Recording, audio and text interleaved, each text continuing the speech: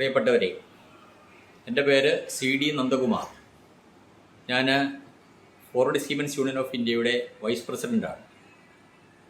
രാജ്യത്തിനകത്തും പുറത്തുമുള്ള ചരക്ക് കപ്പലുകളിലെയും യാത്രക്കാരെ വഹിച്ചുകൊണ്ട് പോകുന്ന കപ്പലുകളിലെയും തൊഴിലാളികളെ പ്രദാനം ചെയ്യുന്ന അഖിലേന്ത്യാ സംഘടനയാണ് forward Seamen's Union of India. രാജ്യത്തിൻ്റെ സാമ്പത്തിക രംഗത്ത് ഏറ്റവും നിർണായകമായ സ്ഥാനമുള്ള ഒരു വ്യവസായമാണ് കപ്പൽ ഗതാഗത വ്യവസായം. ആ കപ്പലുകൾക്കകത്ത് ജോലി ചെയ്യുന്ന തൊഴിലാളികളെ സംബന്ധിച്ച് അവർക്ക് പെൻഷൻ ആനുകൂല്യങ്ങൾക്ക് നിലവിൽ അർഹതയില്ല. എന്നാൽ അവർക്ക് പെൻഷൻ ലഭിക്കാൻ അവകാശമുള്ളവരാണ്. 6 മാസവും 9 മാസമൊക്കെ ജോലി ചെയ്തതിന് ശേഷം സൈൻ ഔട്ട് ചെയ്താൽ പിന്നെ വളരെ നാൾ കാത്തിരുന്നതിന് ശേഷമായിരിക്കും ഒരു സൈൻ ഇൻ ലഭിക്കുക.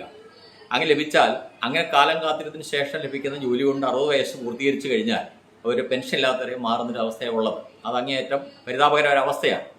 എന്നാൽ ഇന്നിപ്പോൾ പെൻഷൻ എന്ന് പറയുന്നത് ലോകമാകെ അംഗീകരിക്കപ്പെടുന്ന ഒരു അവകാശമായി പ്രഖ്യാപിക്കപ്പെട്ട് കഴിഞ്ഞിട്ടുണ്ട്. അതുകൊണ്ട് ഈ സീഫെയറേഴ്സിന്, അതായത് കപ്പൽ രംഗത്തെ തൊഴിലാളികൾക്ക് പെൻഷൻ അനുവദിച്ച് കിട്ടണമെന്ന് ആവശ്യം ഉന്നയിച്ചുകൊണ്ട് വളരെ അടുത്തൊരു ദിവസം ഞങ്ങൾ ബഹുമാനപ്പെട്ട കേന്ദ്ര കപ്പൽ തുറമുഖ വ്യവസായ വകുപ്പ് മന്ത്രി ശ്രീ സർബാനന്ദ സോണോവാളിനെ സമീപിക്കുകയും നിവേദനം കൊടുക്കുകയും ചെയ്തിട്ടുള്ളതാണ്.